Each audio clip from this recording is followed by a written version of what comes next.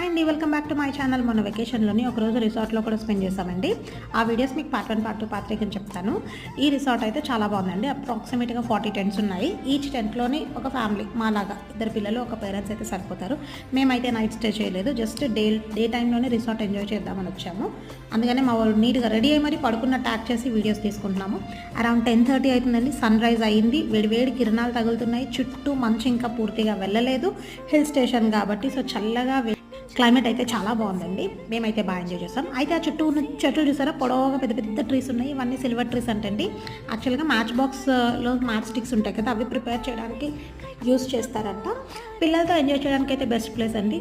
కూర్చొని evening time enjoy చేయడానికి ఉంది. క్యాంప్ ఫైర్ ఉంది, అదేంటి బో ఆరో ఉంటుంది కదా, అది ఉన్నది. ఫొటోస్ తీసుకోవడానికి అయితే ఎక్సలెంట్ ప్లేస్ అండి. ప్రీ వెడ్డింగ్ షూట్స్ అవి చాలామంది చేసుకుంటున్నారు.